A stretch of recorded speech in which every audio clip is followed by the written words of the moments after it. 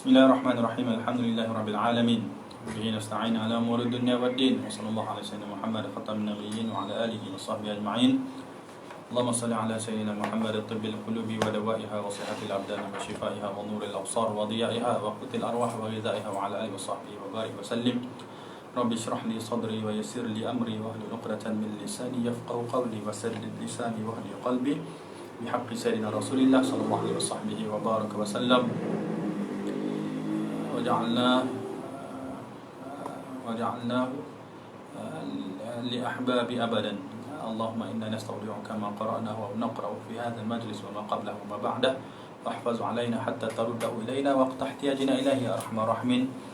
اللهم ارزقنا علما نعرف به كيف نناجيك يا رحمن يا رب العالمين. أما بعد. Assalamualaikum warahmatullahi wabarakatuh. Kepada semua tuan-puan yang sedang menonton kapsul 15 minit Asmaul Husna kita pada petang ini, dan saya juga menjawab salam Waalaikumsalam warahmatullahi wabarakatuh kepada semua yang telah menulis di bahagian salam, di bahagian komen, Puan Janariah, Puan Elvira, Puan Siti Hajar, Puan Hafriza, dan semua tuan-puan yang sedang nonton. Ahlan wa sahlan wa marhaban bikum.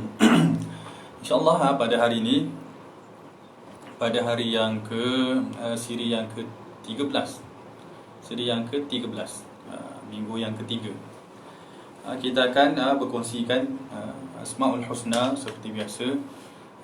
Cumanya hari ini istimewa, tiga Asmaul Husna, tiga nama Allah Subhanahu Wa Taala akan kita perkenalkan, kita kongsikan pada hari ini, iaitu Al-Khaliq, Al-Bari dan Al-Musawwir. Al-Khaliq, Al-Bari dan Al-Musawwir. Dalam sebahagian kitab para ulama membahaskan ketiga-tiga ni di dalam satu bab. Maka saya pun menirulah perbuatan ulama seperti Imam Al-Ghazali rahimahullah taala yang telah membahaskannya dalam satu bab. Jadi kita akan kongsikannya dalam satu hari insya-Allah. Firman Allah, walillahil asmaul husna fad'uuhu biha. Surah Al-A'raf ayat 180. Kita ulang setiap hari ayat itu sehingga kita ingatlah. Bagi Allah Subhanahu Wa Taala ada nama-namanya yang mulia, maka berdoalah dengan namanya itu, ataupun serulah nama itu dalam kehidupan kita. Maksudnya berinteraksilah dengan nama itu dalam kehidupan kita. Kerana itulah tujuan kita diciptakan, iaitu untuk berinteraksi dengan Allah Subhanahu Wa Taala. Maka Allah Taala buka satu pintu untuk berinteraksi dengan Dia melalui nama-namanya, yang mana nama-namanya tu merujuk kepada sifat-sifatnya. Maka melalui sifat-sifatnya kita mengenali Allah Subhanahu Wa Taala dalam kehidupan kita. Mustahil kita kenal Allah secara zat, kan? Itu mustahil. Kita tak mampu kita mengenal Allah Subhanahu Wa Taala pada zatnya, secara zat. Kita boleh mengenal Allah melalui sifatnya. Maka sifat tu daripada nama-namanya, menggambarkan nama-namanya. Maka nama hari ini yang kita akan bincangkan ada tiga: Al-Khaliq, Al-Bari dan Al-Musawwir. Maka Al-Khaliq itu dalam terjemahan bahasa Melayu, Al-Khaliq bermaksud yang maha mencipta.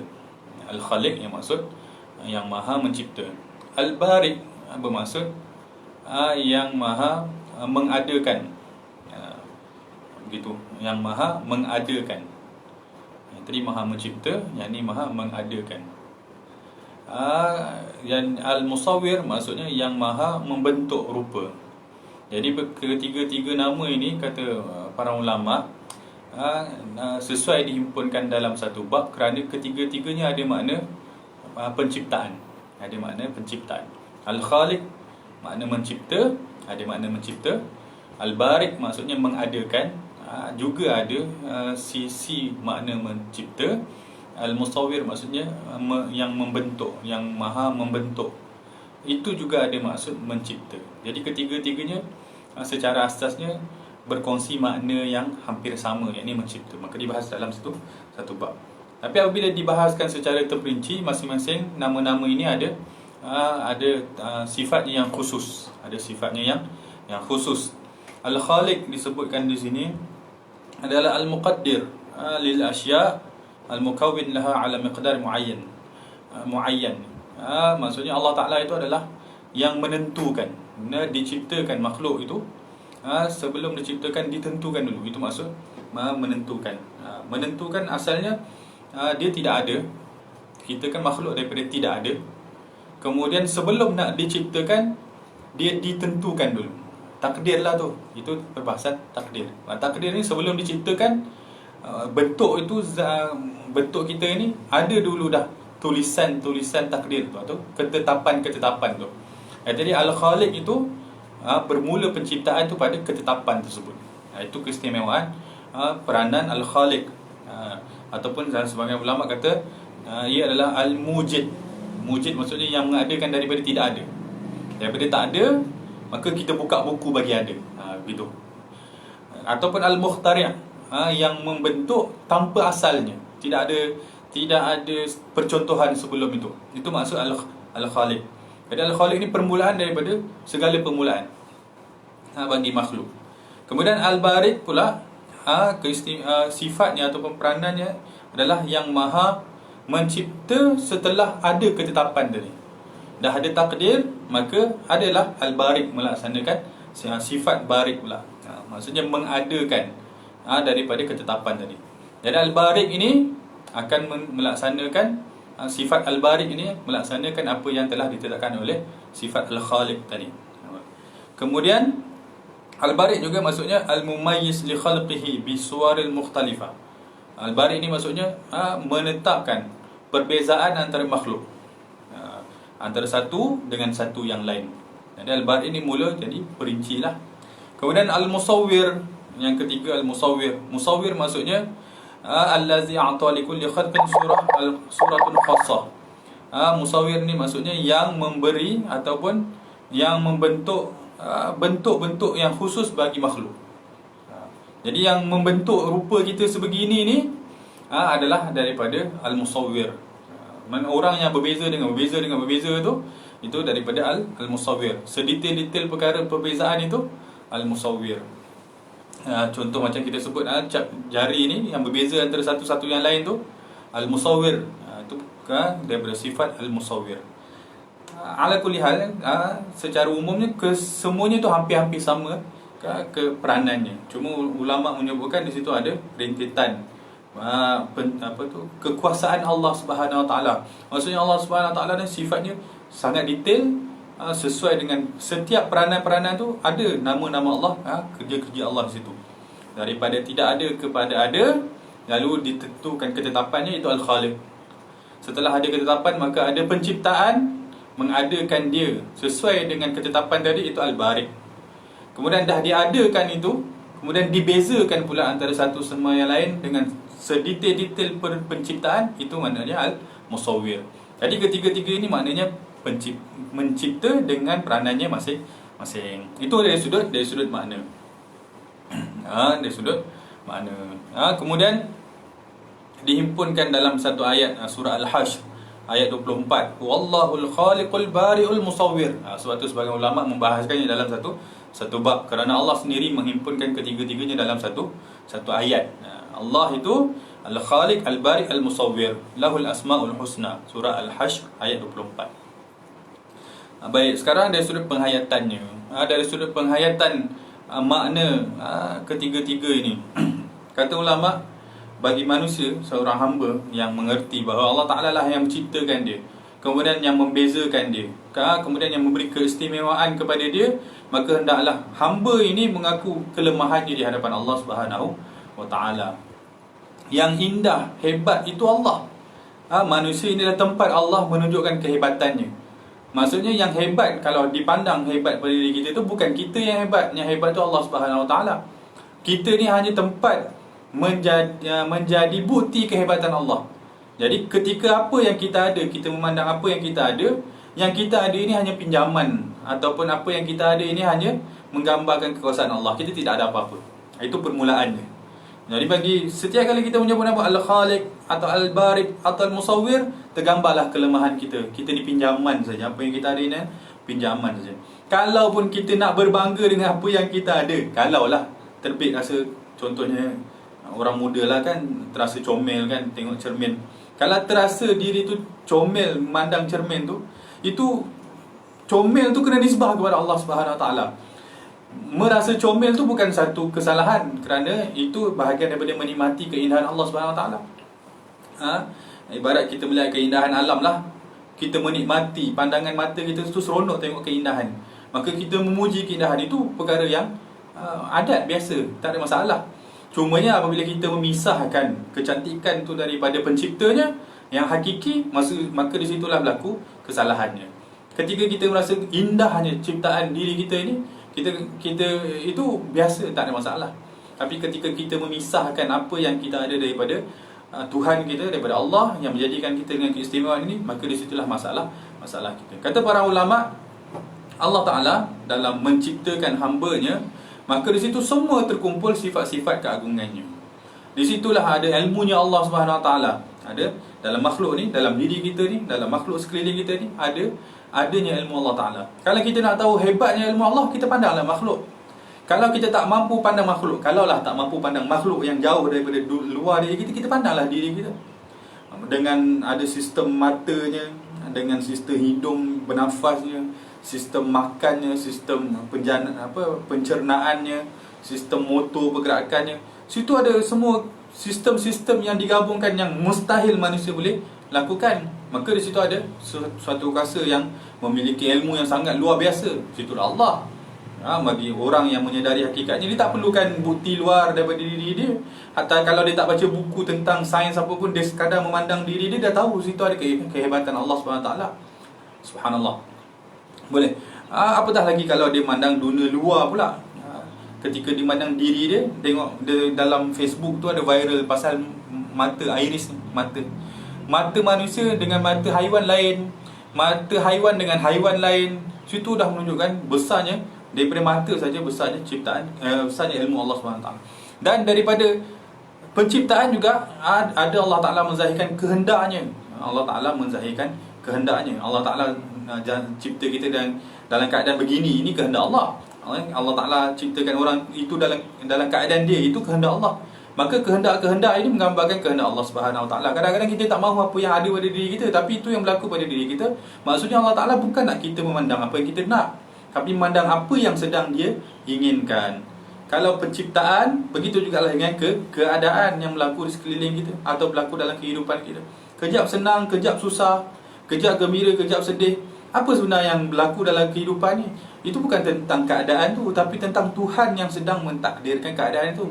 Maksudnya pandangan mata kita tak patut berhenti di hadapan apa yang sedang kita pandang, tapi kita patut memandang di belakang apa yang sedang berlaku itu.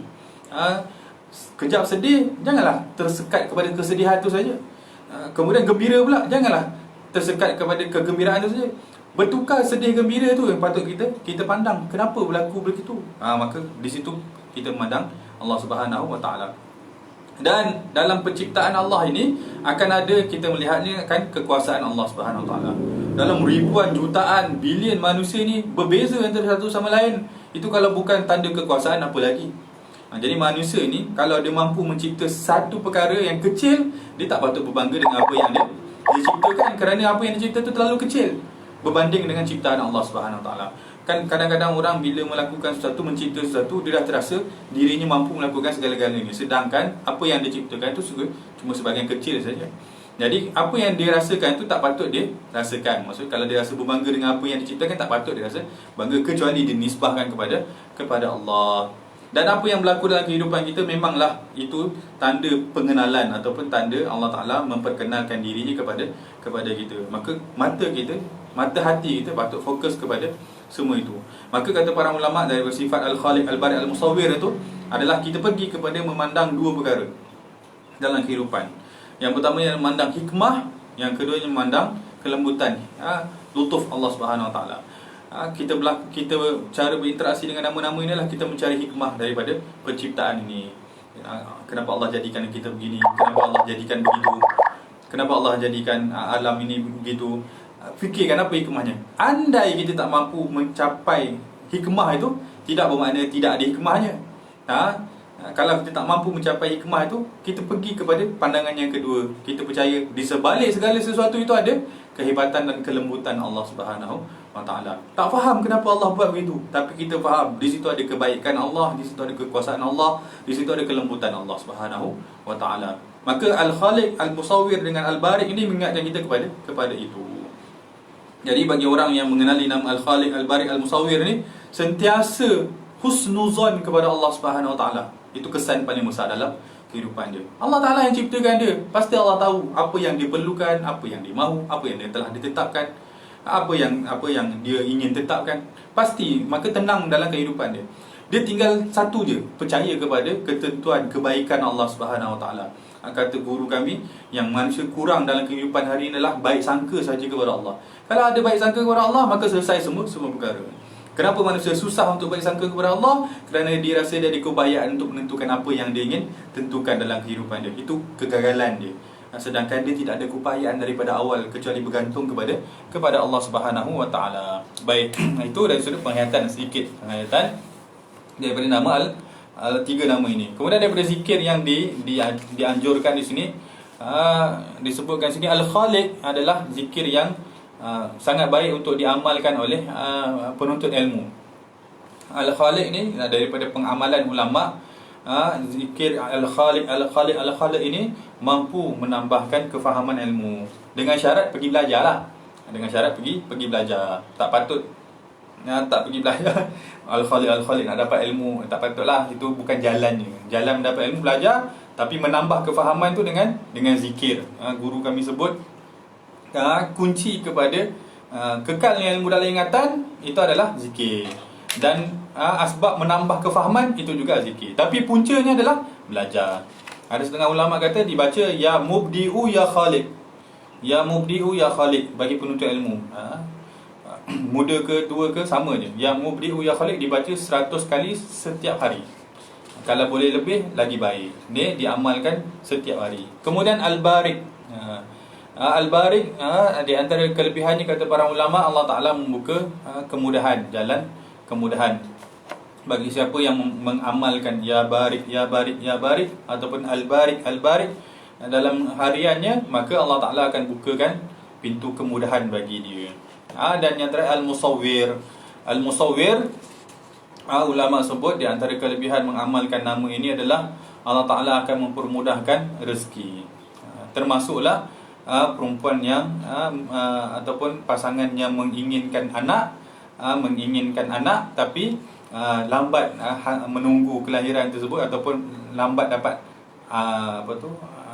hubungan tu lambat menghasilkan janin, maka kalau kata ulama, amalkanlah Al-Musawwir. Ya Musawwir, ya Musawwir, ya Musawwir. Disebutkan di sini diamalkan 21 kali setiap hari dalam keadaan berpuasa sebelum berbuka selama 7 hari. Itu pengamalan ulama lah, boleh tiru, boleh cuba kalau ingin. Sebagai ulama kata baca saja ya Musawwir, ya Musawwir, ya Musawwir.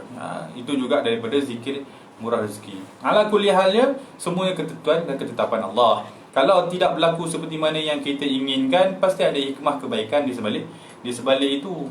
Kita mengucapkan nama-nama Allah dalam kehidupan, dalam keadaan kita inginkan apa yang kita inginkan, yang mana kita inginkan belum tentu berlaku, tapi disebabkan kita menyebut nama Allah, itu akan mengingatkan kita bahawa kita ni hanya hamba yang menerima ketetapan ketentuannya sahaja.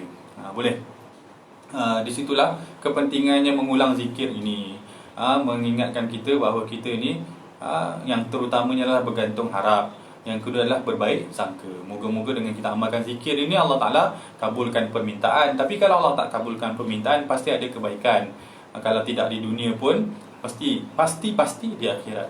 Wallahu alam. Sekadar itu perkongsian saya pada petang ini untuk kapsul 15 minit Asmaul Husna hari siri yang ke-13 minggu yang ketiga. InsyaAllah esok kita akan kongsikan nama Al-Ghaffar. Kalau panjang umur, insya-Allah Al-Ghaffar, yang Maha Mengampun. Ini pun menarik. Menarik. Wallahu alam. Terima kasih tuan-puan semua kerana bersama saya petang ini. Insya-Allah kita jumpa esok. Mana salah silap saya minta maaf. Kita doa kepada Allah Subhanahu Wa Taala, moga Allah Taala beri kekuatan kepada kita. Moga-moga Allah Taala agar untuk dikekalkan semangat kita, keupayaan kemampuan kita untuk meneruskan majlis ini sampai habis 99 nama, insya-Allah. Amin. Allah alam, saya ucapkan Assalamualaikum warahmatullahi wabarakatuh. Jumpa lagi esok insya-Allah.